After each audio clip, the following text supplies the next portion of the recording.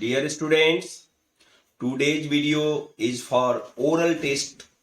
So many schools organize oral test for the students, which is of 20 marks. Some school that is of 10 marks.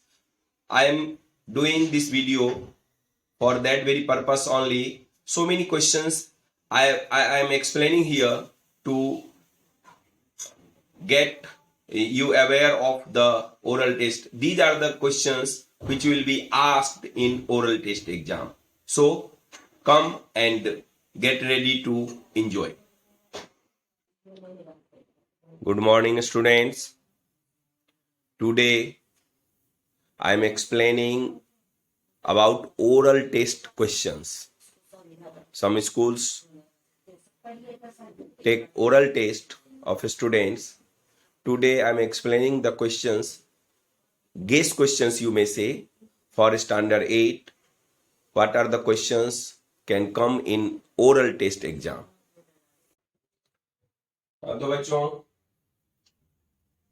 जो normally oral test में पूछे जाते हैं उसमें जो first है वो आइडेंटिटी. कभी भी आपको आइडेंटिटी से ही स्टार्ट करेंगे पूछना. फर्स्ट आइडेंटिटी इज अलजेब्रा का आइडेंटिटी है a plus B whole square. You know this is a square plus 2ab plus b square. चाहे यहां वो a प्लस b की जगह x प्लस वाई लिख सकते हैं, तो आपने x plus Y whole square करना है, या 2x प्लस वाई लिख सकते हैं, या 3x माइनस 4y लिख सकते हैं. तो ये आपने इसी बेसिक यही है, इसी के अकॉर्डिंग आपने करना है. Next is a minus B whole square. This is a square minus 2ab plus b square. Very easy identities, and these are the basic identities which you are studying. Next one is a plus b into a minus b. This would be a square minus b square. Next, find the ratios. Ratio chapter comparing quantity chapter है तुम सबको. तो ratio से question पूछे जाएंगे. Ratio से जो question पूछे जा सकते हैं उसमें थोड़े ट्विस्टेड क्वेश्चन हो सकते हैं. इजी नहीं रहेगा कि find the ratio of 2 years and 5 years, या find the ratio of 5 and 10. This kind of questions are asked to standard 6 or 7 students, but you are in 8th standard, so 2 kilometer to 400 meter. How you will get the ratio of this? Like ratio equals to, you will write here 2 km upon 400 meter, but this is in kilometer, this is in meter. Cannot get the ratio. We have to convert this into meter, and this is already in meter, so this would be 2000 meter upon 400 meter. Meter cancel, 0 0 0 0 and 4 1 ja 4 5. So this is 5:1.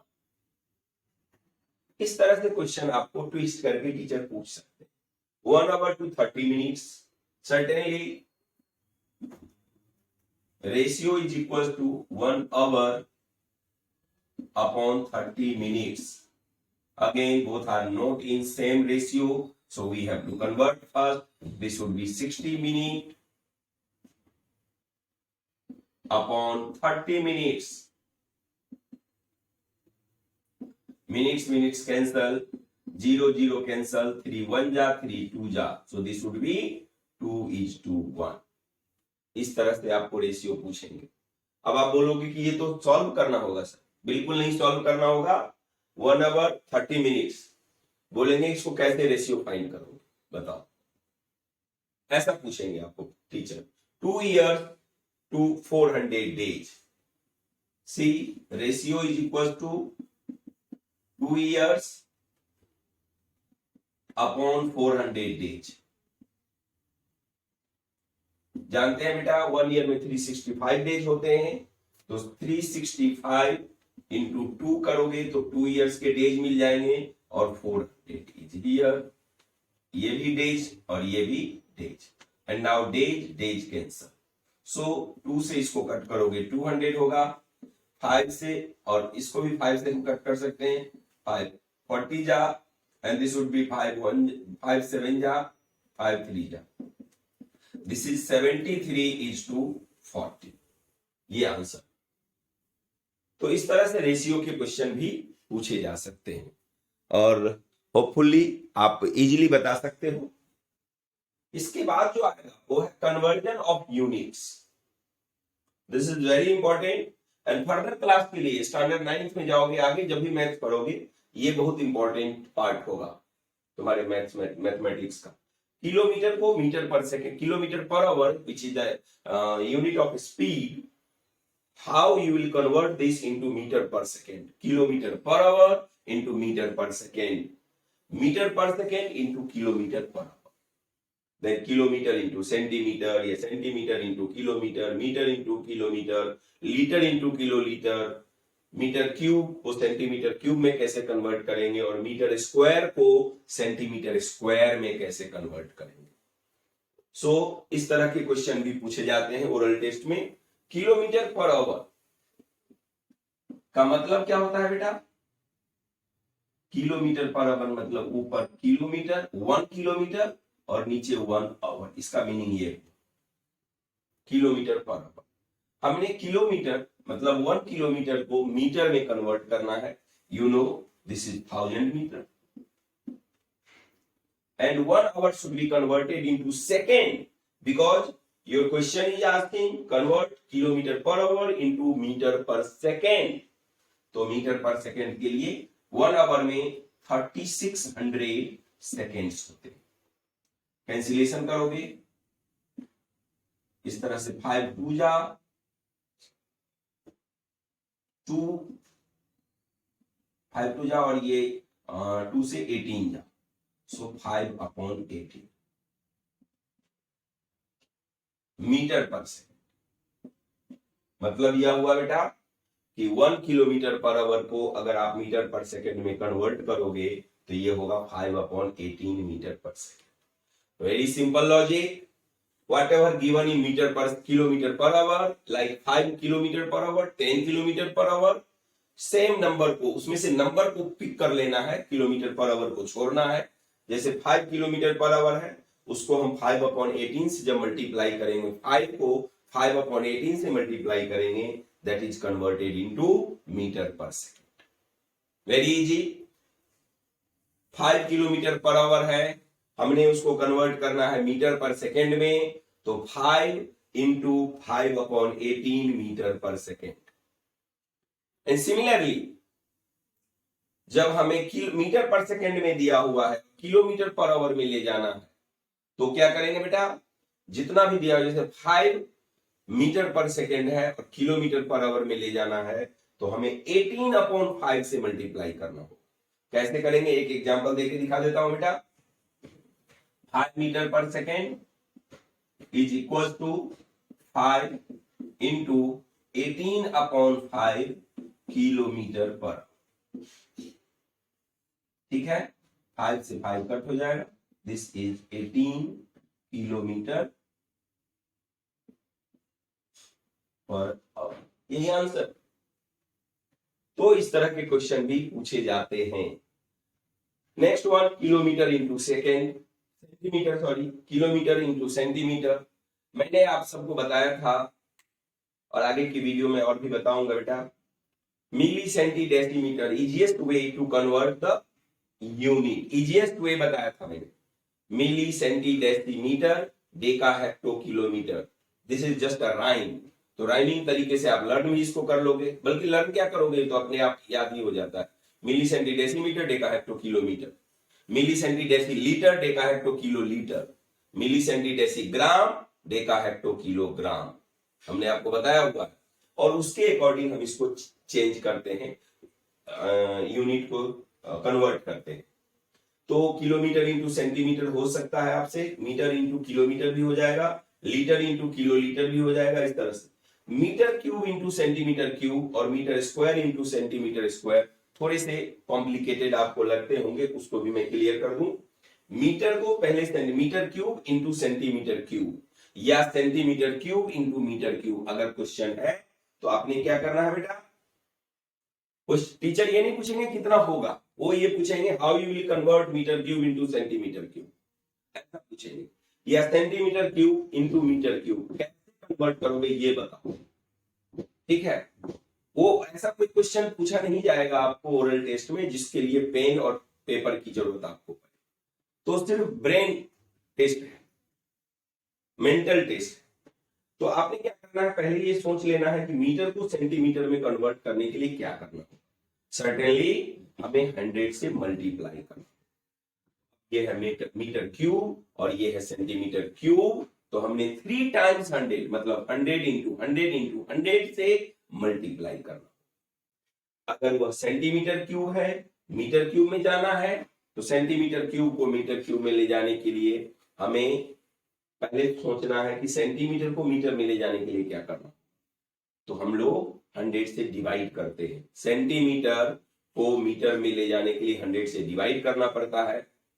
हम लोग जब ये cube लगा हो तो 100 into 100 into 100 से divide करेंगे और उसके बाद मीटर क्यूब में कन्वर्ट कर देंगे। Similarly here metre square and centimetre into centimetre square, तो फिर से वही सोचना है, मीटर को सेंटीमीटर में ले जाने के लिए क्या करेंगे, that is multiplied by 100 and here it is metre square into centimetre square, तो 2 टाइम्स 100 मतलब 100 इंटू 100 से मल्टीप्लाई करेंगे।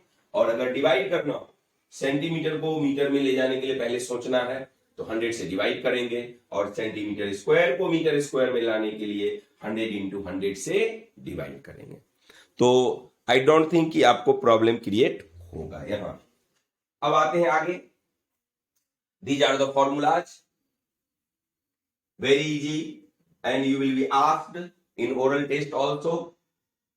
Discount how you will get, teacher बोलेंगे आपको कि अगर मार्क प्राइस और सेलिंग प्राइस दिया हुआ हो तो तुम डिस्काउंट कैसे फाइंड करोगे। Marked price and selling price are given, then how you will get discount. तो ये फॉर्मूला लगाएंगे, discount equals to MP minus SP. Next one वो पूछेंगे discount percent, how you will get discount percent if discount and marked price are given.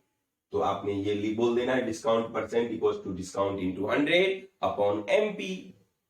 Next MP equals to discount plus SP, this मैंने लिखा है आप समझ लीजिएगा बेटा, discount plus SP. Discount, this is not discount percent, this is discount amount जो यहां। तो एमपी फाइंड करने के लिए वो बोल सकते हैं आपको कि बताओ बेटा डिस्काउंट भी तुमको मालूम है और एसपी भी मालूम है, तो आप एमपी कैसे फाइंड करोगे। मार्क्ड प्राइस, आप मॉल में जाते होंगे बेटा और कोई भी सामान, कोई कपड़ा टी शर्ट उठाओगे तो उसमें एक प्राइस टैग लगा रहता है, दैट इज मार्क्ड प्राइस, है ना। SP equals to MP minus discount, SP equals to, अब सेलिंग प्राइस और कॉस्ट प्राइस का भी फॉर्मूला हमने आपको बताया, selling price equals to CP plus profit. If the case of profit, then how you will get the SP? Okay, तो आपको बताना है SP equals to CP plus profit use करके हम फाइंड कर लेंगे sir. SP equals to CP plus P% of CP. This formula is used when CP and profit percent are given and you have to find out SP. SP again, SP equals to CP minus loss. SP equals to CP minus L% of CP. CP equals to SP into 100 upon 100 plus P%. CP equals to SP into 100 upon 100 minus L%. CP equals to SP minus profit. CP equals to SP plus loss. Profit equals to SP minus CP. Profit equals to profit into profit percent equals to profit into 100 upon CP. तो इतना formula अभी और मैं बता रहा हूं, तो ये फॉर्मूलाज आपके ब्रेन में रहने चाहिए स्टूडेंट्स।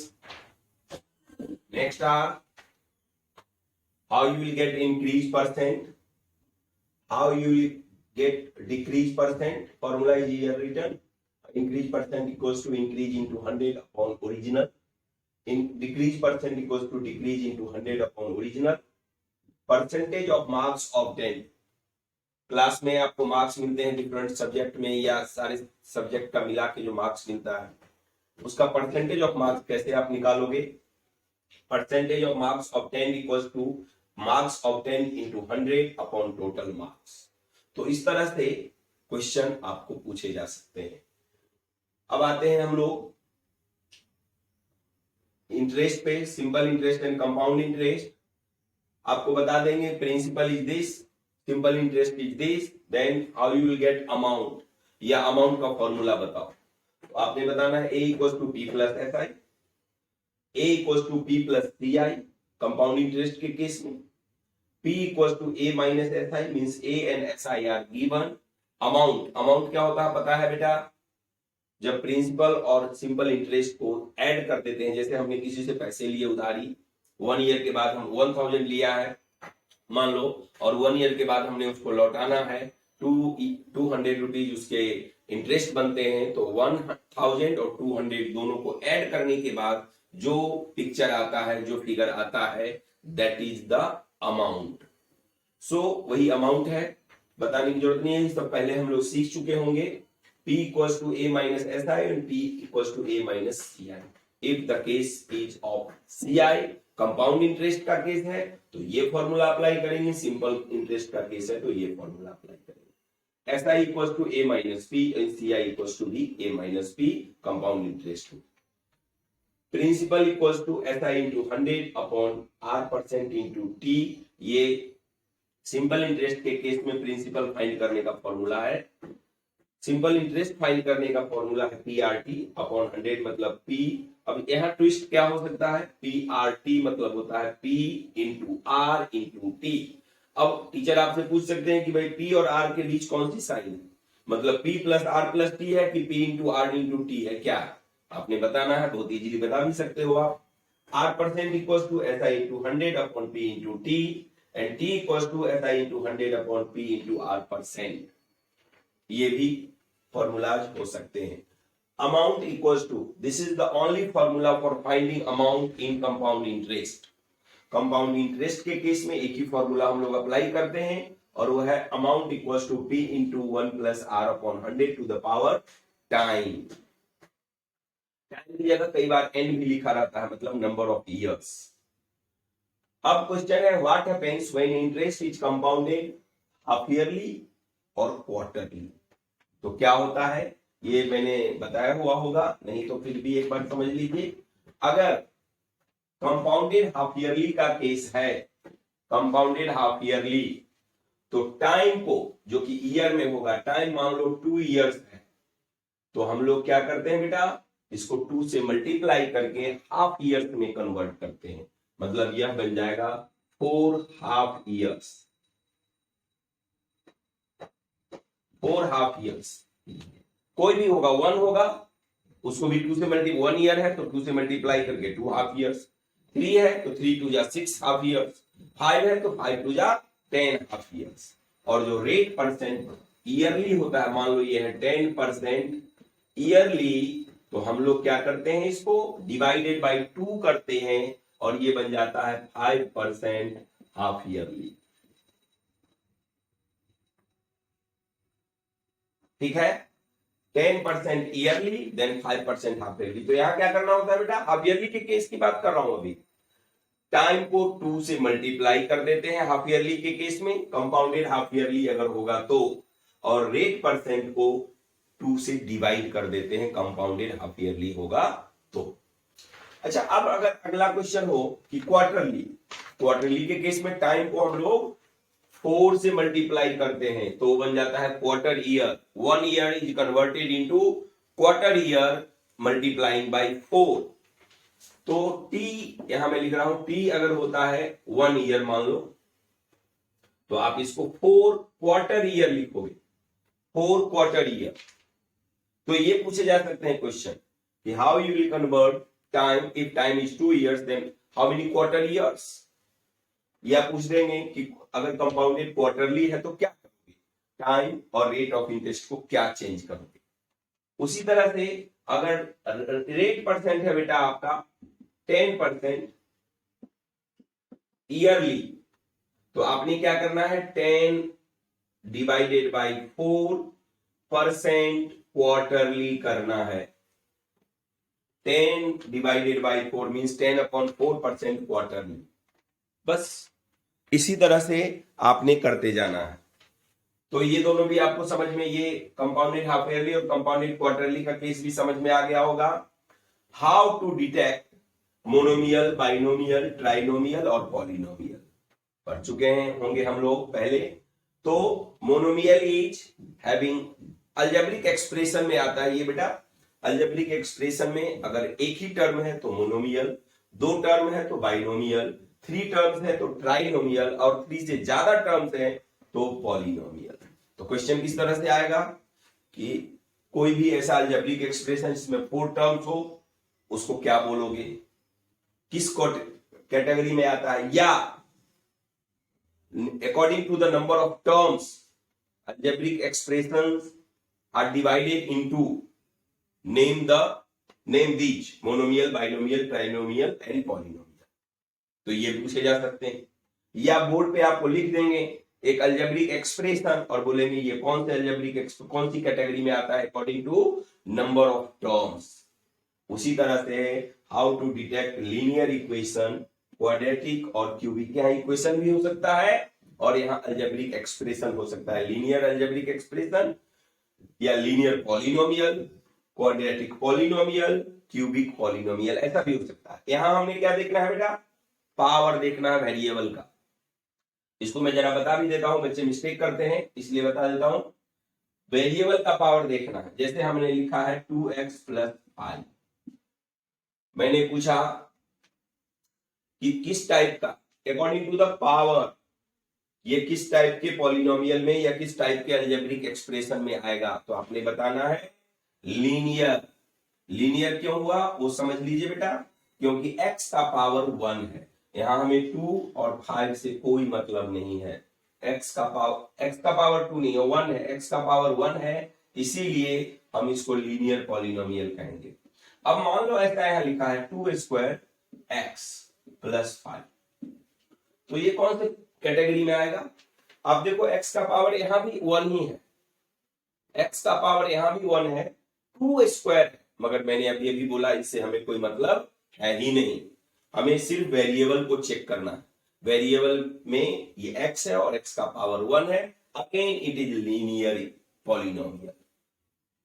तो इसी तरह से पावर अगर 2 है, इसीलिए x² + 5 है, तो आप बोलोगे क्वाड्रेटिक पॉलिनोमियल या quadratic algebraic expression.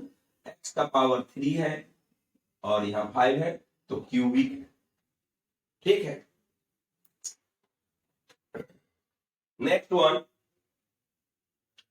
Identify the shapes 2D and 3D। अब आपको शेप फाइंड करने के लिए क्वेश्चन आ सकता है, बोर्ड पे टीचर ऐसे बना देंगे शेप, ये सभी इक्वल है भाई, ये क्या बताओ, तो आप बोलोगे ये स्क्वायर है या रोम्बस। या जब ऐसा क्वेश्चन पूछोगे तो आप पहला क्वेश्चन एनालाइज करो कि सर एंगल इसका क्या, ये एंगल बताइए, then only it can be decided what kind of figure is this.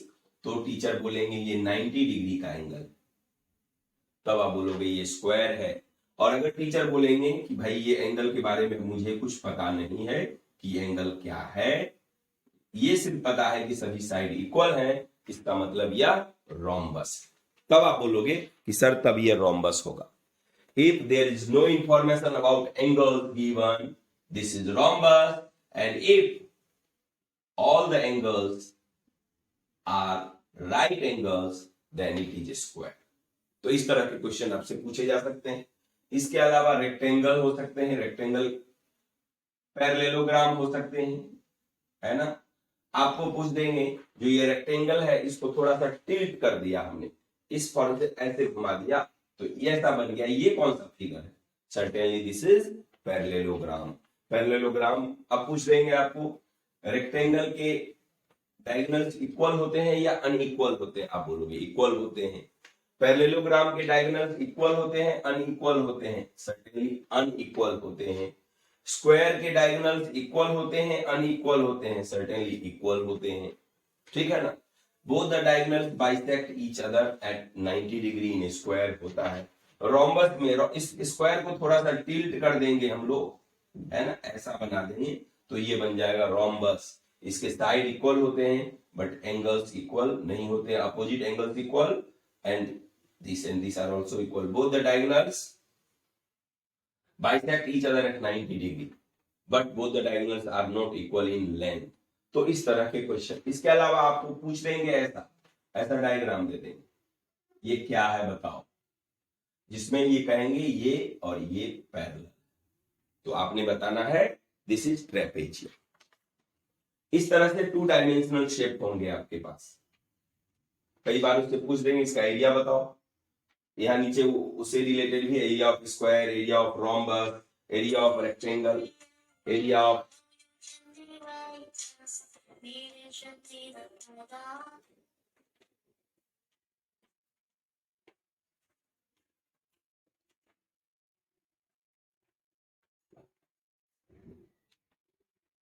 तो area of parallelogram, area of triangle, area of trapezium, है ना। पेरीमीटर से भी रिलेटेड पूछे जा सकते हैं। इसके लेंथ ऑफ ईच साइड दे देंगे, वो बोलेंगे इसका पेरीमीटर बताओ। किसी में भी, इसमें स्क्वायर में, इसमें लेंथ ब्रेथ दे देंगे, बोलेंगे पेरीमीटर बताओ। पेरीमीटर के लिए फॉर्मूला कौन सा अप्लाई करोगे वो बताओ, है ना। तो ये सब आपको पता होगा बेटा। पेरीमीटर ऑफ रेक्टेंगल होता है 2 × l + b, perimeter of square होता है 4 × 1 साइड। ये भी हम अभी आपको क्लियर करेंगे। 3 डायमेंशनल शेप जो होंगे आपको वह क्यूब हो सकते हैं, क्यूबॉइड हो सकते हैं, इसको भी हम क्लैरिफाई करके बताते हैं। स्टूडेंट्स, बहुत सारे फिगर्स आपको दिख रहे हैं यहाँ। ये 3 डायमेंशनल फिगर है। 2 डायमेंशनल के बारे में हमने अभी बताया था। 2 डायमेंशनल ऑब्जेक्ट का जो फिगर बना होगा, रेक्टेंगल, इसके बाद ट्राइंगल, इसके बाद ट्रेपेजियम, स्क्वायर, रोम्बस, पैरेललोग्राम, ये सब बना हुआ होगा। काइट भी बना हुआ हो सकता है, उसका एरिया आपसे पूछा जाएगा, उसकी प्रॉपर्टीज से रिलेटेड क्वेश्चंस पूछे जाएंगे। इसके अलावा जो यहाँ 3 डायमेंशनल है, ये क्यूब है, सिलेंडर है, this is sphere, this is cube, this is cone not cube, this is cone, this is cube, this is cuboid, this is pyramid। तो इससे रिलेटेड क्वेश्चंस आपसे पूछे जा सकते हैं कि how you will get the lateral surface area or curved surface area here, curved surface area, lateral surface area। इसके अलावा पूछे जा सकते हैं टोटल सरफेस एरिया, वॉल्यूम पूछे जा सकते हैं, और how many faces in this diagram, in this figure। कोई भी जो 3 डायमेंशनल फिगर है हमारे पास, ये सेमी सर्कल है और ये सेमी स्फीयर है, जिसको हेमी स्फीयर भी बोलते हैं हम लोग, तो ये भी पूछे जा सकते हैं। तो यहाँ क्वेश्चन ये हो सकता है हाउ मेनी वर्टाइसिस। अब देखो वर्टाइस, इसमें अगर मैं क्यूब में बात करूं, हाउ मेनी वर्टाइसिस काउंट भी कर सकते हैं, 1 2 3 4 5 6 7 8 vertices। How many edges? 1 2 3 4 5 6 7 8 9 10 11 12 edges। तो ये भी आपको क्वेश्चन पूछा जा सकता है कि जो डायग्राम सामने दिख रहा है वो है क्या, उसका एरिया, आप टोटल सरफेस एरिया कैसे फाइंड करोगे, उसके लेटरल सरफेस एरिया कैसे फाइंड करोगे, उसके वॉल्यूम कैसे फाइंड करोगे, उसमें वर्टाइसिस कितने हैं, उसमें एजेज कितने हैं, उसमें फेसेस कितने, उसका लेटरल सरफेस कर्व्ड है या लेटरल सरफेस फ्लैट है, ये भी पूछे जा सकते हैं। देखिए इसका लेटरल सरफेस कर्व्ड है, इसलिए हम इसको कर्व्ड सरफेस एरिया भी बोलते हैं, लेटरल सरफेस एरिया को। इसके भी लेटरल सरफेस कर्व्ड है, ठीक है बेटा। और इसका तो एक ही सरफेस होता है, जो कर्व्ड बोलिए, कर्व्ड सरफेस एरिया बोलिए, टोटल सरफेस एरिया बोलिए, लेटरल सरफेस एरिया बोलिए, आप जो बोल लीजिए इसको। इसमें 2 सरफेस होते हैं, इसमें एक फ्लैट सरफेस, ये हेमीस्फीयर है, एक फ्लैट सरफेस होता है और एक कर्व्ड सरफेस होता है। तो दो सरफेस होते हैं। There is no vertex here, no vertex, इसमें कोई वर्टेक्स नहीं है, एज होता है एक। ठीक है ना बेटा? तो इस तरह से क्वेश्चन आपको पूछे जा सकते हैं। डायरेक्ट एंड इनवर्स प्रोपोर्शन से क्वेश्चन हो सकते हैं कि अगर डायरेक्ट का केस है, पहले तो क्वेश्चन आपको बोल दिए जाएंगे and this is the case of direct variation और indirect variation, you have to detect. तो सिचुएशन दिया जाएगा आपको, सिचुएशन आपको मैं बता चुका हूं बेटा, बहुत प्रॉपरली एक्सप्लेन किया हुआ होगा, आप जानते भी होंगे। तो डायरेक्ट के केस में x1 upon y1 equal to x2 upon y2 होता है फॉर्मूला, जिससे कि हम अननोन वेरिएबल को फाइंड कर सकते हैं। और इनडायरेक्ट में x1 into y1 equal to x2 into y2 एक फॉर्मूला है, जिससे हम अननोन को फाइंड कर सकते हैं, अननोन क्वांटिटी को फाइंड कर सकते हैं। ठीक है? फैक्टर से रिलेटेड क्वेश्चन बहुत ज्यादा नहीं होंगे। फैक्टर से रिलेटेड क्वेश्चन कि कोई नंबर होगा जिसको फैक्टराइज करना है, पेयर ऑफ फैक्टर्स फाइंड करने हैं। सपोज हमारे पास नंबर है 16 और क्वेश्चन आ रहा है कि find the pair of factors such that after adding you get this. मान लो इसको हम 8 इंटू 2 कर सकते हैं और क्वेश्चन आ रहा है कि what are the factors, pair of factors whose sum is 10, तो आप बोलोगे 8 इंटू 2। हुज सम इज 8, तो बोलोगे 4 इंटू 4, जिसका सम 8 आएगा। उसी तरह होगा हुज डिफरेंस इज 6, तो 8 इंटू 2। हुज डिफरेंस इज 15, तो 16 इंटू 1 करिए, 16 इंटू 1 करेंगे तो जो इसका डिफरेंस होगा वो 15 होगा और सम 17 होगा। तो इस तरह के क्वेश्चन भी आपसे पूछे जा सकते हैं। ठीक है? नेक्स्ट वन इज, ये हो गया हाउ मेनी एजेज, ये भी आपको पूछे जाएंगे और ये आप क्लियर हो गया है। Laws of exponent, you know, all of you know this very well.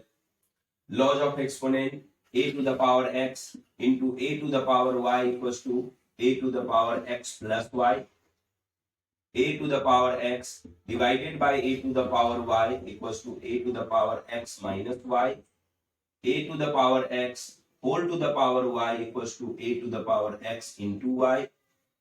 Okay, इसके बाद था a to the power x into b to the power x is equals to a into b whole to the power x, then a to the power x into divided by b to the power x is equals to a divided by b whole to the power x। और ऐसा question भी हो सकता है, मान लो उन्होंने, teacher ने आपको बोर्ड पे लिख दिया a to the power 0 into b to the power 0 into c to the power 0 whole to the power 5। अब आपने ब्रेन खुद से लगाना है।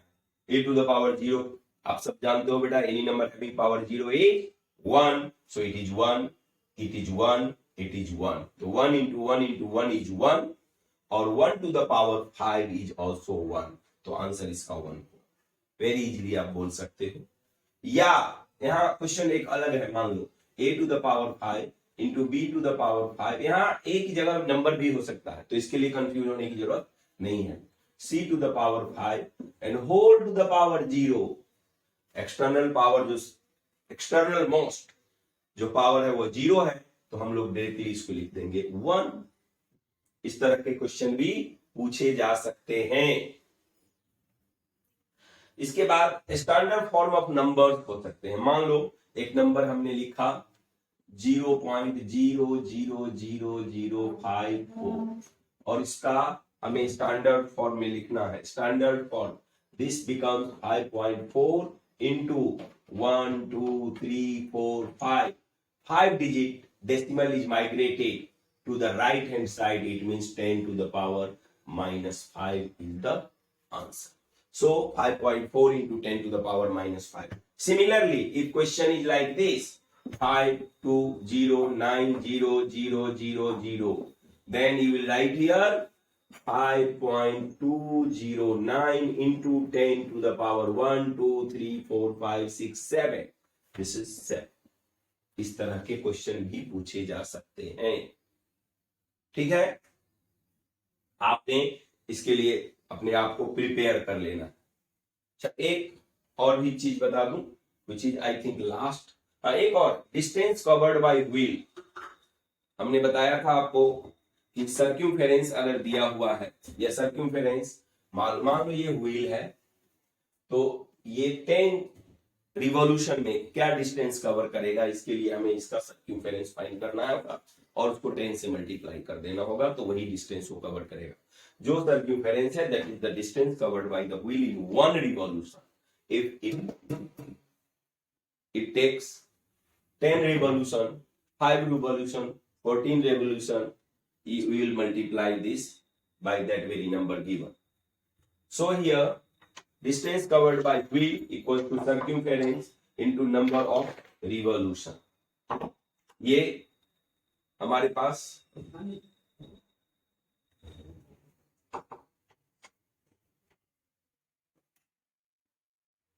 एक क्वेश्चन होगा इस तरह का कि डिस्टेंस कवर करोगे, व्हील का आपको दिया हुआ रहेगा सर्क्यूम्फेरेंस या रेडियस दिया रहेगा। टीचर आपसे पूछेंगे what is the distance covered by the wheel, आपने बताना है radius is given. First of all we will get the circumference of the wheel using radius, and then that should be multiplied by the number of revolution to get the distance covered by the wheel. This way you can do. तो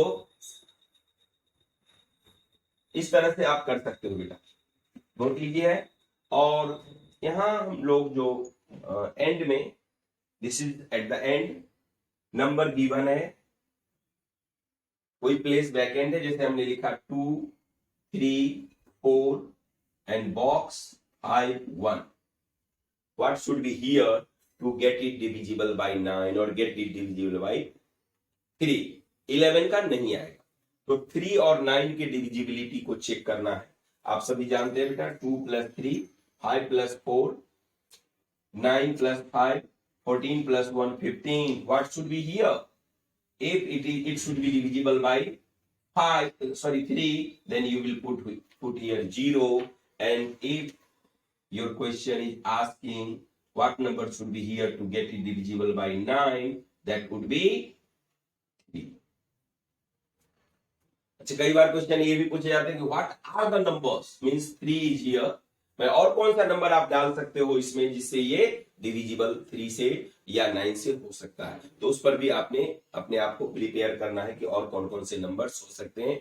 means जो भी number आप डालोगे, sum should be divisible by 3 in case of 3, your question is, your teacher is asking, and divisible by 9 in case of 9 your teacher is asking. So I hope कि इतने से ही, mostly इतने से ही आपको ओरल टेस्ट में question पूछे जाते हैं। और कहीं भी आप इतना अगर रेडी कर देते हो, या कई बार आप स्कूल में जाओगे ना कि भाई एडमिशन के लिए स्कूल में आप जा रहे हो और वो आपको टेस्ट लेंगे ना, तो जितना मैंने बताया है ना क्वेश्चन इसी तरह से पूछे जाएंगे, इतने ही से पूछे जाएंगे। There is no question you will get outside this in case of admission in new schools.